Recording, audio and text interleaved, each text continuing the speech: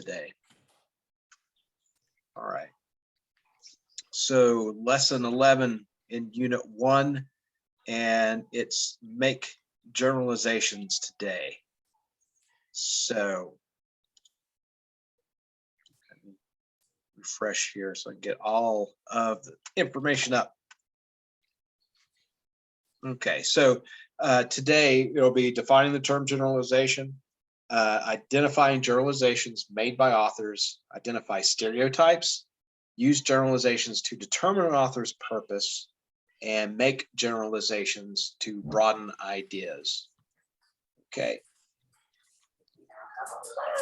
Let's see what our text says here. A generalization is a broad statement that applies to a group of people, places, or events. Authors often use generalizations to make a point about a group. A generalization may take the form of a hypothesis, an explanation of something that is based on facts or details. A generalization without sufficient evidence or support is often a stereotype. Understanding generalizations can help you determine an author's purpose in writing. Making them yourself can help you broaden ideas. And so we'll see when we get into it, there's going to be those sort of signal words that we can look for that encompass a generalization. So many people do this. When it lacks specifics, right? When it doesn't have those specifics and it doesn't have like statistics to go along and things like that, that's a generalization. You know, they often are misleading, right? Or inaccurate. So you have to be careful. And that's why you want to identify this as a concept, because like it says here, talking about stereotypes, right? And a stereotype is that, you know, kind of a specific generalization that doesn't have a lot of evidence or support. And it's typically, we see it in reference to groups of people, right? Either through race or religion or age, you know, it's always, and it's typically disparaging. And it's very inaccurate, you know, statement about a group of people, like, you know, old people can't drive, right? Or vice versa. You have a lot of older generations that lump all, like, you know, like the young generation, you know, well, they're lazy and entitled and disrespectful. And every generation says that about the generation after it. And those are all kind of stereotypes and generalizations. So those things that we're kind of familiar with. All right, I'll start us off here, and then we'll start rotating through again like we did before. So moving back home. A recent survey shows that more adult children are returning home to live with their parents. This pattern has emerged in the past, almost always associated with economic downturns, and this time is no different. As the economy struggles, it becomes more difficult for young people to gain their independence. Psychologist Jeffrey Arnett suggests that there is a new age classification emerging adults, which bridges the gap between adolescence and adulthood. According to this theory, people in their 20s go through a time of development that's distinct from other stages of adulthood. And this development period explains some of the reluctance of adult children to leave the nest for good. If this theory is true, though, why should the number of boomerang children increase during times of economic hardship? It seems more likely that young people are experiencing failure to launch because of the financial difficulties of living alone during a recession. It's certainly not an easy task. With fewer jobs to choose from and more competition to fill these slots, high school and college graduates have a harder time finding meaningful employment. And that's from Forbes. It's an article called Failure to Launch by Alan Dunn in 2012. And then up here under our underlined spot at the top, it says generalizations often contain the words all, few, everyone, more, or usually. Here, the author generalizes about what more adult children are doing, right? So when you see those words, usually, or more, or everyone, all, few, right? How, you know, for starters, how can it always be everyone, right? That's a generalization. If you're talking about a group of people and it's everyone, that's not likely, right? or all, same thing. And then, few, it's just not specific enough. More, it's not specific enough. It's a very general idea that you're putting forth there. And then the second bracket here, when it says in the second paragraph, contains a hypothesis about people in their 20s. So it's stating there's this bridge, right? There's this period in your 20s between adolescence and adulthood, and it's stating this theory: people in their 20s go through a time of development that's distinct from other stages of adulthood, and this development period explains some of the reluctance of adult children to leave their nest for good. Right. So a generalization can become a hypothesis if you kind of narrow it down, pare it down, and get a little more specific, and then you can start supporting that through with details. But yeah, that's what we're working with today. Broad statements, basically, about whether it's a group of people or an idea or something along those lines.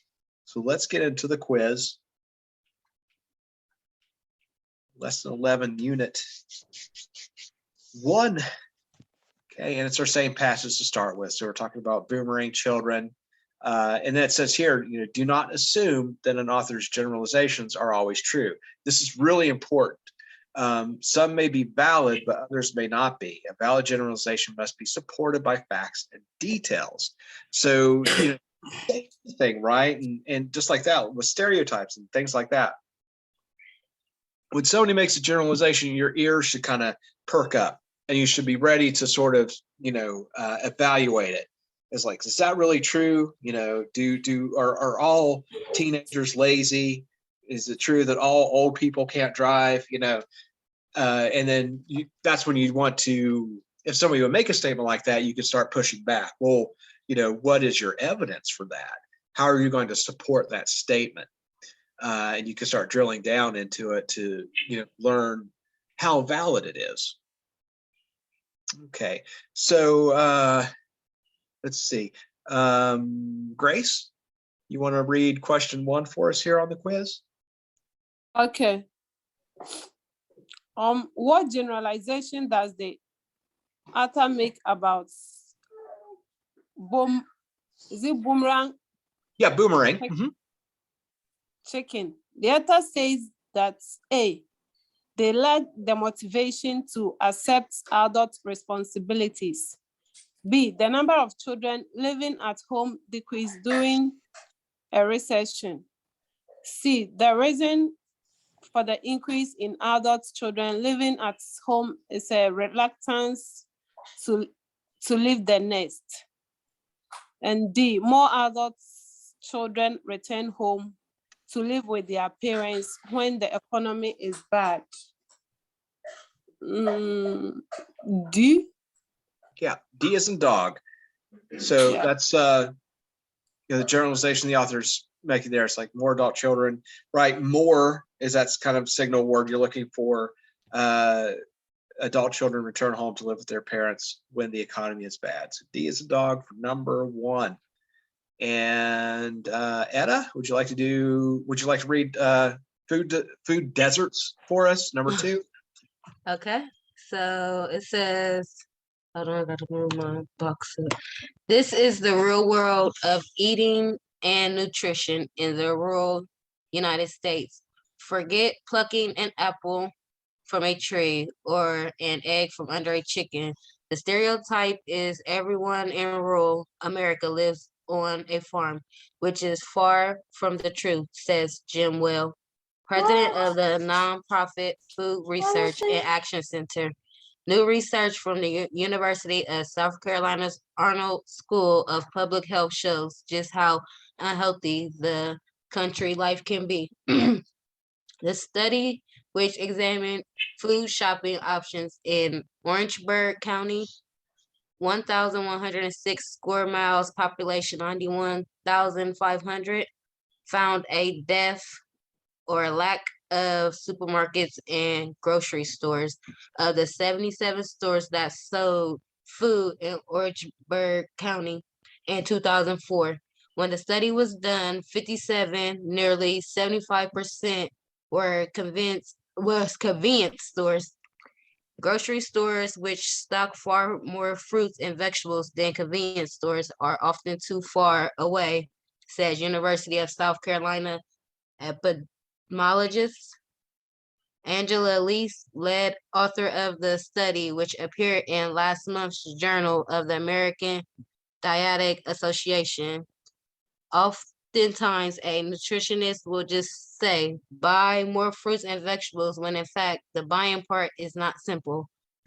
Like other rural areas and some inner city ones, Orangeburg County is an isolated food desert. You are pretty much at the mercy of what's in your neighborhood, says Adam Jarmowski, Fair enough. director of the Center for Obesity Research at the University of Washington. Although only 28% of all the stores in Orangeburg County carried any of the fruits and vegetables, apples, cucumbers, oranges, tomatoes that were part of the survey, Lais and her colleagues found plenty of healthy foods in the county's 20 supermarkets and grocery stores. The situation in the convenience stores was decidedly grimmer. Question: which generalization about rural America does the author claim is an untrue stereotype? A. Rural America has more places to buy food than urban areas have. B. All people living in rural America live on farms. C. People on farms have apple trees. Or D. People living in rural America are poor. Um, A. B. B, yeah, B as in boy. All people living in rural America live on farms. That's the generalization that people think, right? So not that the author is claiming that, but she's author is telling us about it. So B as in boy. Yeah, so we have food deserts in Ohio. It wasn't that long ago when I lived in Athens, Benton County, next to Athens, did not have a grocery store, the entire county. And we used to drive through there like on our way to Chillicothe, or well, not to Chillicothe, but like out that way on 50 to go towards like Cincinnati and Dayton. And they finally built this new grocery store that was subsidized. Like the government gave them money to help build it because people were having to drive to like Athens, next county over, to go to a grocery store. And the only thing they had there was like a McDonald's and a convenience store. So, you know, this whole idea of food deserts it's a problem because you know, people aren't getting, you know, you can't get your fruits and vegetables. You know, if you're going to the convenience store to get your food and you're eating beef jerky all the time and Monster Energy drinks, you're you know, you're not going to be a healthy person. So that's been a problem, and it's a problem in urban areas too, where there's not a local grocery store nearby, and if you don't have a vehicle, you're limited to, you know, like your you know, a couple blocks around your neighborhood. There's not a good you know, source of good nutritious food. And we use that term, you know, we kind of think of deserts as arid and sandy and hot. We use that term whenever there's a scarcity of something. And I think we might, you know, deal with that a little bit in geography. But like there's childcare deserts where people don't have, you know, reasonable access to like daycares and preschools and stuff like that because it's too far to drive or it's too expensive. So, but anyway, yeah, so food deserts. So B, all people living in rural America live on farms. That's a generalization, right? When we think about rural America, they're just, you know, all living next to cornfields and stuff, but that's not always the case. And then 3, Sasha Gay, you want to take 3 for us? Okay. Which generalization does the author make about supermarkets and grocery stores? A, they stock more fruits and vegetables than convenience stores do. B, they're more common in rural areas of the United States than elsewhere. C, rural supermarkets and grocery stores stock fewer fruits and vegetables than urban stores do. D, they are similar to convenience stores in rural areas of the United States. And say C. It's A. A. Yeah, right. Because this is one of those generalizations that's true. Typically, right? You walk into a convenience store, you don't see like a produce section. So that one, is legitimate generalization. So A, for number 3, convenience stores, they do not stock more fruits and vegetables. Right. So, supermarkets stock more fruits and vegetables than convenience stores do. So A for number 3. And yeah, okay, so our same passage there. Christiana, you want to take number 4 for us?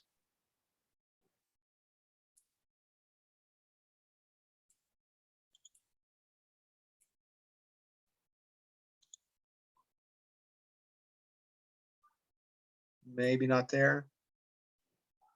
Let me Let's go do back. 4. Yeah, go ahead. Okay, so which fact does the author use to support the generalization that rural areas like Orangeburg County are food deserts? A, people are limited to the foods and stores available in their neighborhoods. B, people's food choices are limited to what they can grow. C, people often have to travel great distances to buy any kind of food. Or D, people cannot find food of any kind in their neighborhoods. And I think it's A. Yeah, people are limited to the foods and stores available in their neighborhoods, right? That's another generalization that's pretty accurate. It's not far-fetched. So A for number 4. Okay. All right, who wants to finish out number 5 for us? I can do it. Okay. On the basis of the passage, which is the most logical Hypothesis. Hypotenuse. Oh, look, I'm like hypothesis. Hypotenuse. to make about food stores in suburban areas? Somebody said they can't unmute. Yeah, Christiana that's said she Christiana. couldn't That's unmute. fine. That's fine. Okay. A, suburban supermarkets generally stock healthier foods than rituals supermarkets do. Convenience stores are less likely to sell food because there are more neighborhood grocery stores. C, there are more convenience stores in suburban areas than in ritual areas. Or D, suburban areas have more food stores to stock fruits and vegetables than the ritual areas have. D. D. So convenience stores are less likely to sell food because there are more neighborhood grocery stores. That's not far off, but D, so suburban areas have more food stores that stock fruits and vegetables than rural areas have, which leads to the whole sort of, hypothesis there, right? If you're out in that rural area, there's the assumption that you have more access to those, fruits and vegetables and better foods because you're supposed to live close to or on a farm. But you really don't have, just like Benton County, you drive through Benton County, you see a lot of farmland, right? But there's, not a grocery store anywhere nearby. So of course, all that stuff that's being grown there is going somewhere else, and it's not being distributed to the local people. So D is in dog for suburban areas have more food stores that stock fruits and vegetables than rural areas have. All right. Okay, we'll submit here, run through our answers real quick, make sure everybody's got them. And number 1 was D as in dog. And number 2 was B as in boy.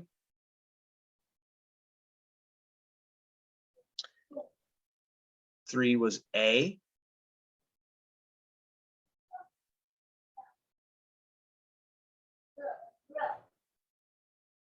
Four is A.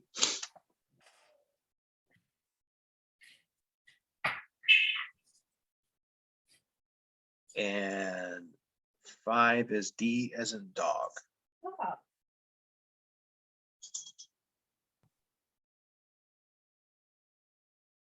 Okay. All right, so we'll move over to our workbook.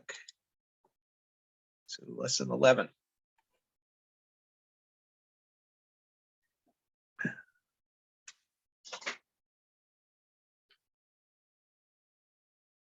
Okay. So we got a new passage here. All right, who would want to read this one for us? Any takers? Okay. All right, go ahead. All right. Hey. It took me straight to the workbook.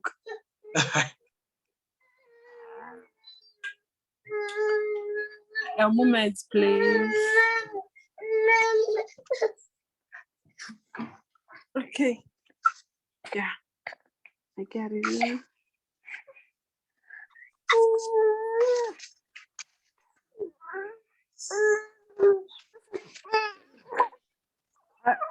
Okay. Okay. A generalization is a broad statement that applies principles, ideas, people, places, and events. Keywords such as all, everyone, few, none, some, or usually can act as indicators when you look for or make your own generalization. Generalizations may be valid or invalid. Valid generalizations are supported by sufficient and credible facts, but invalid ones are not. Stereotypes are often invalid, oversimplified generalization.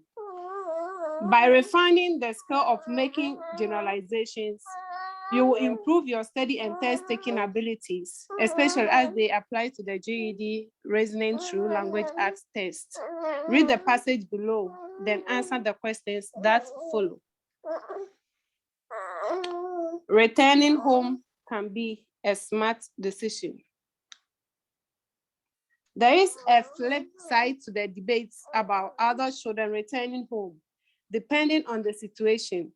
Moving back with mom and dad can actually be the wisest choice a person can make. The majority of people living at home with their parents continue to work full-time or part-time jobs, allowing them to pool their resources with other family members. This increases the overall income of the household and helps reduce stress on any individual family member. Living back home also enables young people to reduce their expenses and focus on saving money. Rather than struggling to make ends meet, they can put money aside in savings accounts or invest and begin growing a nest egg. Considering the high cost of living throughout the nation, a substantial amount of money can be saved if the individual does not have to foot the entire cost alone. All right. Go ahead. Okay. A, the author makes a broad statement about people living at home with their parents. The keyword majority indicates a generalization about this group of people. B, generalizations may serve to support the author's point of view. The author claims that people can save a substantial amount of money by living back home. There you go. And right, so again, with those signal words like majority, substantial, what exactly does substantial mean? It's that less specific idea that leads towards generalization.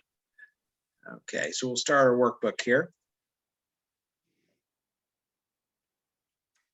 All right, and just by the way, that's from a Forbes article, Failure to Launch, Adult Children Moving Back Home.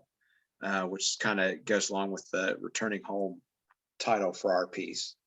Yeah, in our using logic, says sometimes an author may overgeneralize by making a broad assertion without supplying enough support. And we use logic to ask yourself whether A writer's generalization is always valid or only sometimes valid. And that's what you got to do. You got to ask questions. You know, when you hear those words, many, more, substantial, whatever it may be, the last, you know, if it's not a percentage or it's not an actual number, question whether or not that's actually valid.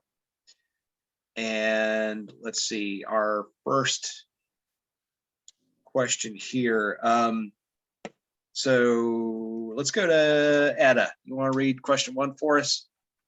All right, it says, on the basis of this passage, which is the best generalization to make about why moving back home is a wise choice? A, it encourages people to earn more money. B, it allows people to work part-time. C, it reduces expenses and helps people save money. Or D, it allows parents to take on more of the expenses. And I pick C, it reduces expenses and helps people save money. There you go. Yeah, C is in cat. Okay. And so moving along now. Maybe if I will start scrolling, here we go. Sasha Gay, you want to read number 2 for us? Okay. What information would add to the validity of the author's generalization about the cost of living?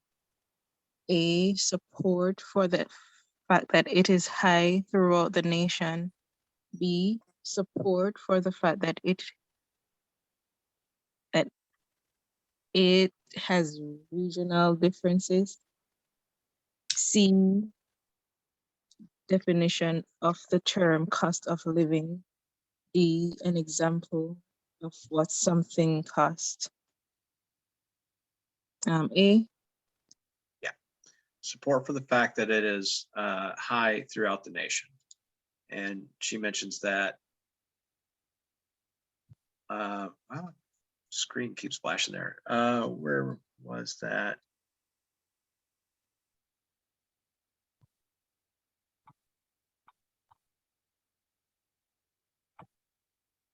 Considering, yeah, it's the second. Oh, it's the last sentence there. Considering the high cost of living throughout the nation, a substantial amount of money can be saved if the individual does not have to put the entire cost alone. Right. So that's a more valid point to make about generalizing about why people are moving home or young adults are moving back. Okay. And a new passage. Capri, you want to take minority children in foster care? You want to read this one for us? Sure, no problem. Gotcha. The white social worker looked at the dark spots on the black child's body and assumed the youngster had been beaten. The family denied it, but the social worker insisted. It turned out the child had Mongolian spots, harmless skin blotches common among black children. The social worker's mistake was discovered before the parents got into trouble.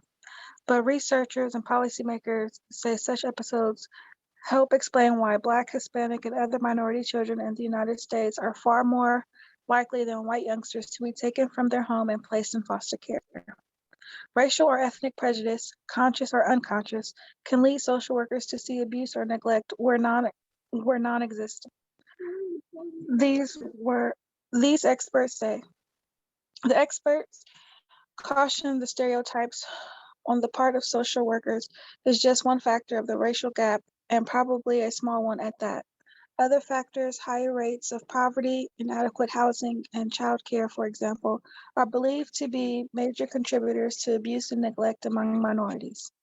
Nevertheless, stereotyping is enough of a concern that cultural awareness training for social workers has been instituted in 45 states, many of them in just the past few years, according to a recent report by the Government Accountability Office, the investigative arm of Congress.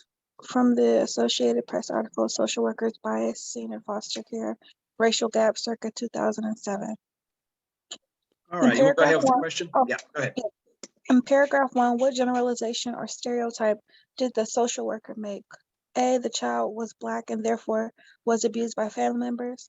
B, the child was Black and therefore was getting into fights at school. C, the child was Black and therefore had Mongolian spots. D, the child was Black and therefore bruised easily.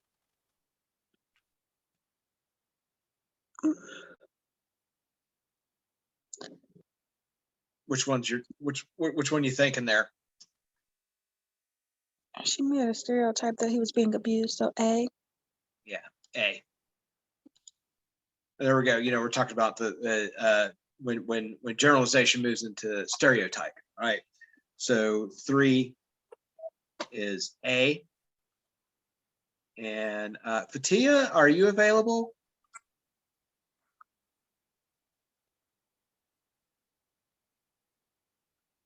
Did you call on me?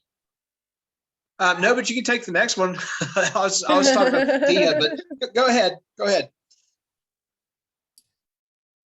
All right. How is paragraph 4 related to the first 3 paragraphs? A, it provides another example of stereotyping. B, it makes a generalization about foster care.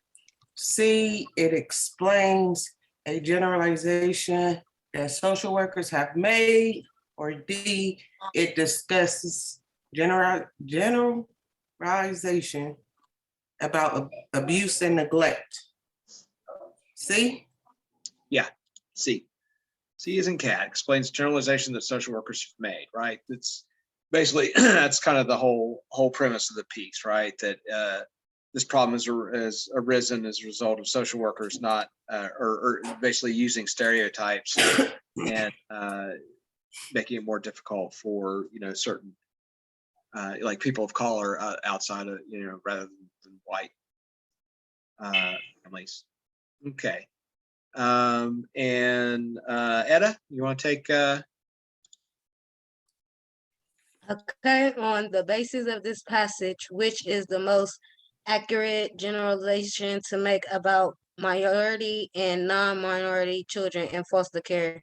Minority children are A, more likely than non-minority children to be placed into foster care.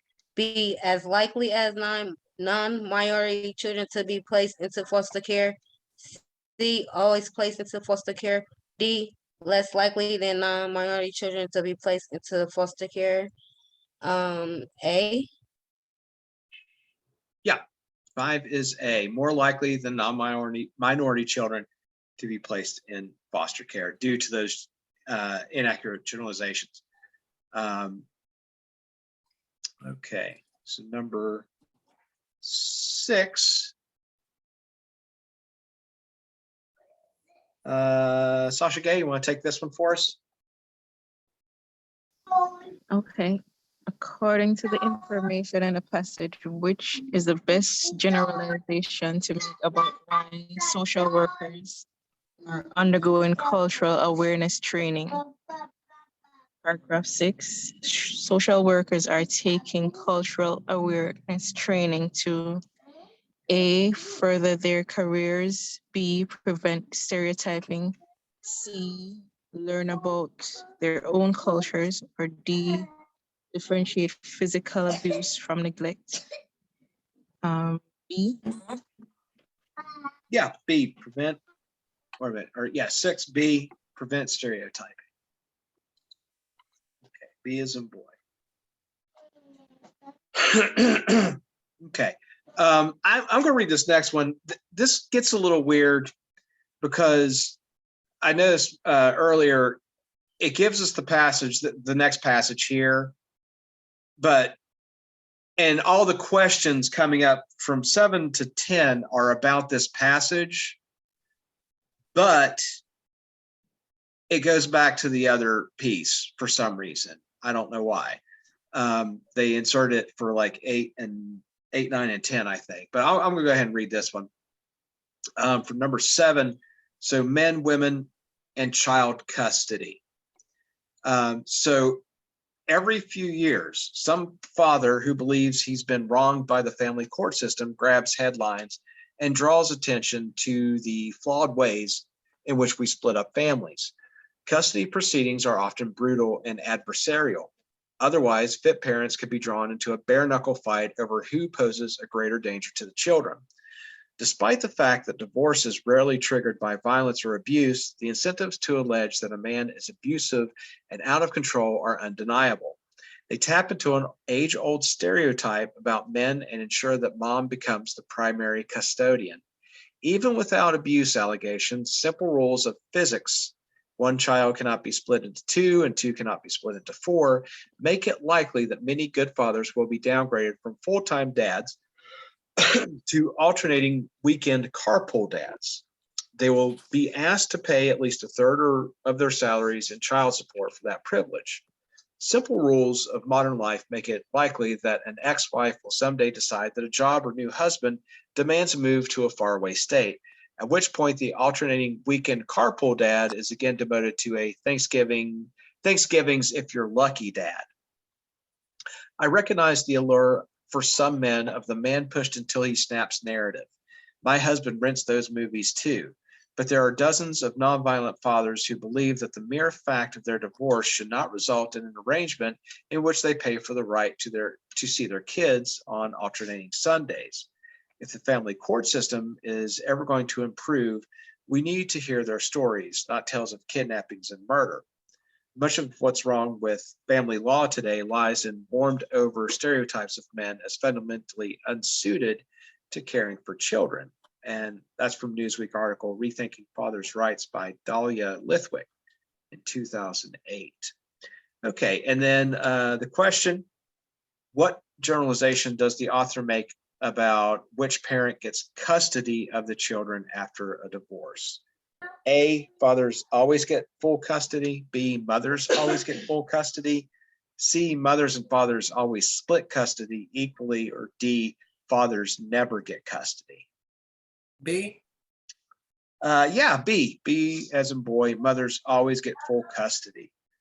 And it's pretty, if you look, fathers never get custody. That looks like a pretty good choice, but you got to realize they're talking about, full or partial custody here. So the generalization is mothers always get full custody. So B as in boy. Okay, and let's see, number 8. So just ignore what it has here for our reading. We're still dealing with the one up here. So if you have to reference it, you'll have to go back to question 7 to look at it. So for number 8, Grace, you want to take that one? Okay. Number 8. According to the experts, which stereotype is associated with men after divorce? A, men are less likely than women to want custody of their children. B, men are more interested in their careers than in their families. C, men rarely fight for legal custody of their children. And D, men are assumed to be abusive because they are male. D? Yeah, D as in dog, right? So 8, D as in dog. And yeah, that's, you can make some other generalizations out of those, but it doesn't, it's not really referenced in that passage. The one that's really referenced there is that men are, going to be abusive or violent. So D as in dog for 8. We've got 3 more here. So 9. Edda, you want to take that one for us? The author mentions the allure of violent movies. Paragraph 3.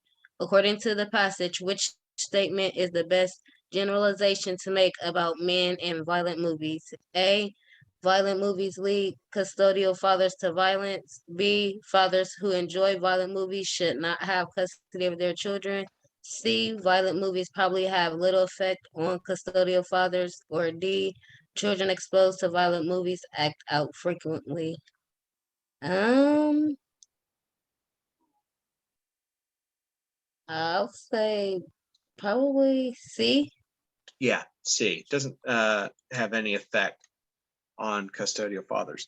This is where I actually figured out that the passage above it was wrong, because I was like, according to paragraph 3, and then I go up here and I start reading, but researchers and polymers was like, what is going on here? And I probably had to go all the way back up to 7 to figure it out. I was like, oh my God, this is gonna drive me crazy. Okay, so 10, I'll go ahead and read that one. So 10, which is the most logical generalization to make on the basis of the information in this passage? A, all custody arrangements should equally split the time children spend with both parents. B, men are good caregivers and are entitled to fair custody arrangements. C, men are now considered better caregivers than women are. Or D, men and women with children should remain married until the children are adults. A. B. B, yeah, men are good caregivers and are entitled to fair custody. So yeah, it's basically the logical generalization that the author is making there, right? That a lot of previous ideas, and I mean it's still true. Women tend to have a better chance of gaining full custody of children in courts today. If you've ever heard that, or you ever see it, you see it on the news, or you see it in television shows or anything, it's still very prevalent. But she's making the case that there's no real, it doesn't really hold water when it comes down to it. Let's see, Capri, you wanna read what we learned at school?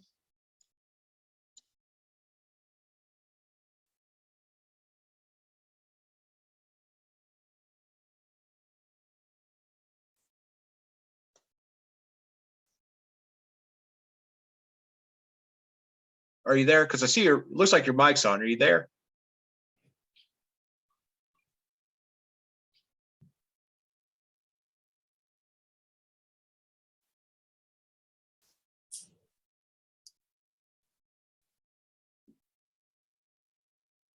No, maybe.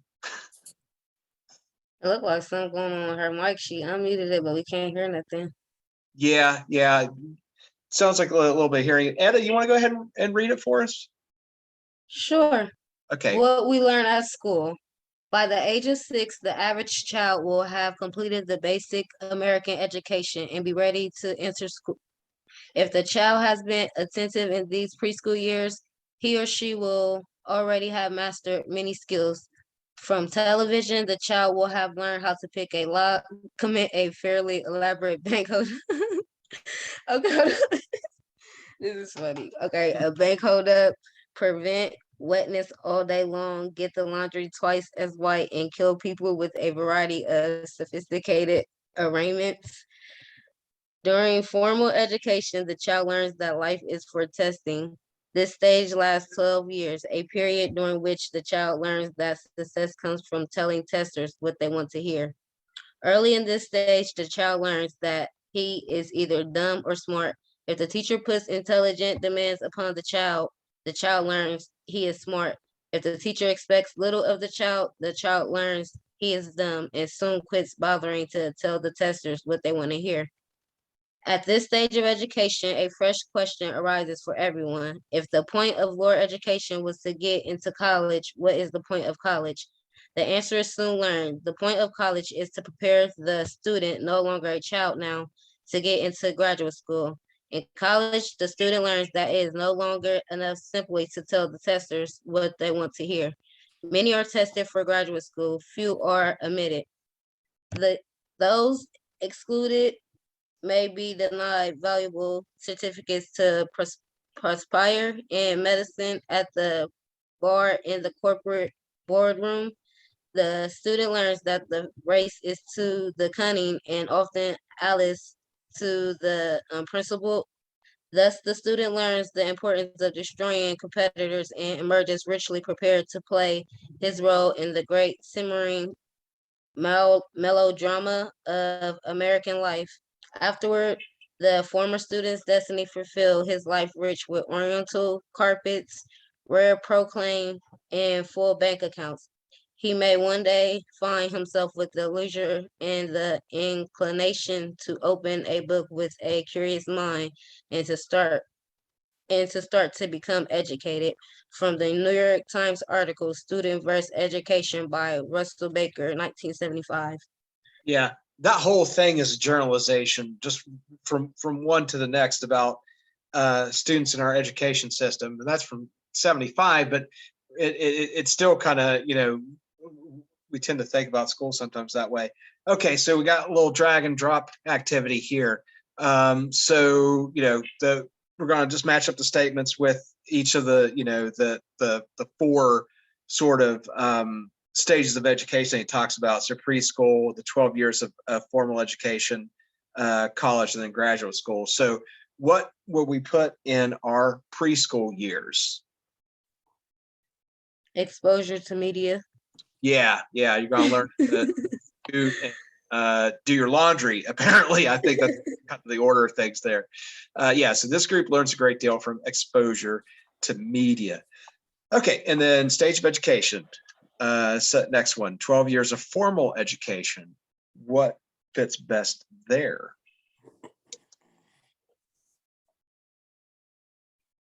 Students are labeled by test scores.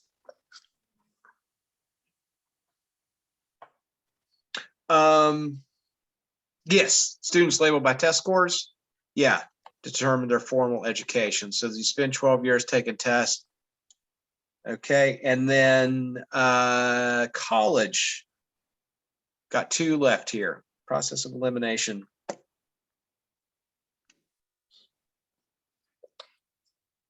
The students must shrewd and do what it takes to achieve more than their classmates. It's going to be the other one. And if you think, Surprise Yeah. teachers. yeah, so think a second about the order there. So they're going on to a next level of education. So sort of one of those test taking things. If you see that, that probably at least one more comes after it. Students impress teachers to move to the next level. And then finally, that leaves students must be shrewd and do what it takes to achieve more than their classmates. All right. We should be, there you go, all green there. That was a pretty short one today. So let's submit. We'll run through our answers really quickly. No, I think it was one at the bottom. Is there one more at the bottom? I think so, because it didn't. Number 10, it X'd out on mine. Yeah. Really? Yeah, so it said men are good caregivers and are entitled to fair custody arrangements for number 10. Wait, for number 10 was B, right? B. Yeah, it was B. Yeah. That's the only one that's wrong on mine. What did you mark B and it marked it wrong? Is that what you're saying? No, I marked A, but I'm saying Okay. I thought I did. Okay. Yeah, so 10's B. If you haven't submitted yet, just wait. Let's run through them real quick. Make sure everybody's on the right, on the same page here. One should be C as in cat. I'll get up to the top there. And 2 is A.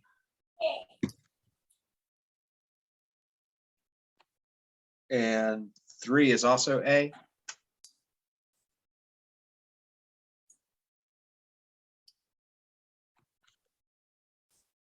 Four is C.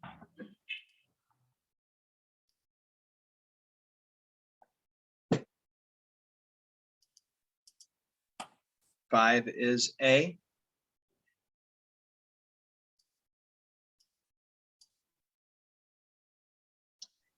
Six is B.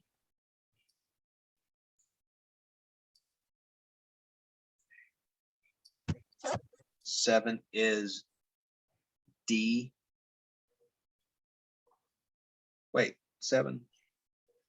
Yeah, 7 is, I'm sorry, 7 is B. I'm sitting there looking right at it. Still not used to these new glasses, I guess. 7 is B.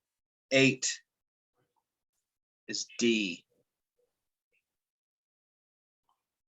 D is a dog. 9 is C as in cat.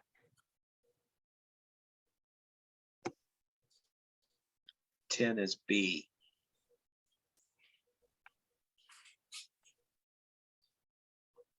Okay, and then finally our drag and drop there. This group learns a great deal from exposure to media. For the first box, students are labeled by test scores, which determine their formal education in the next. Students impress teachers to move to the next level of education. And then graduate school students must be shrewd and do what it takes to achieve more than their classmates. So stop